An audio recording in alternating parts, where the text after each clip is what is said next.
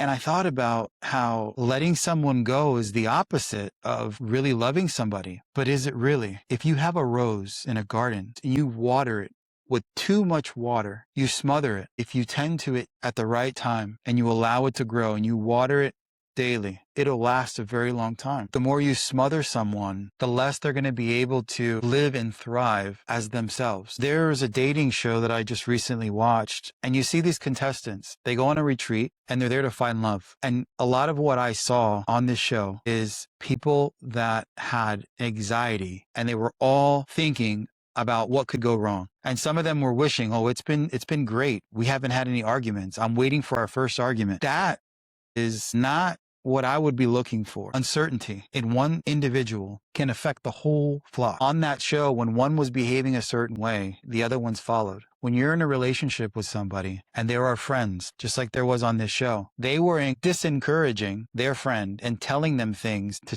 try to manipulate their mind into not being with that person. They were like, we don't accept them. But whose decision really is that to make? So in these relationships, starting from the first love, the outer part of that circle between you and that person together have an influence over your life. And if your friends have more of an influence over your life and your relationships, then you're not ready to actually be in a relationship. Because when everyone else is dictating what you should be doing, you're indicating to your person, I'm not independent. I don't make my decisions. I have to fit in. I have to be accepted. My friends are going to leave me. They're not going to want to be around me no more. Having friends that don't support you, that don't encourage you, that don't want the best for you, put the ball in their court and allow them to work through things, because it's not my decision for them. They would come to me and then they would ask me, well, what do you think? I'll give my opinion and what I think. Then I'll tell them, it's up to you. What do you truly want in the relationship with this individual? What do you notice in this relationship? Is this something you see long term?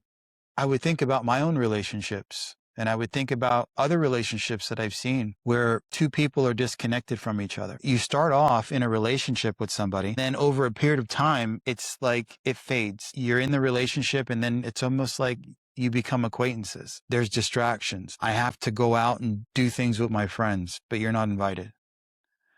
Or I have to excuses. It's not a bad thing to go out and hang out with friends. But if somebody is looking for something long term and you're already dismissing the fact that you don't want that person there with you, what's the true reason you don't want them there with you?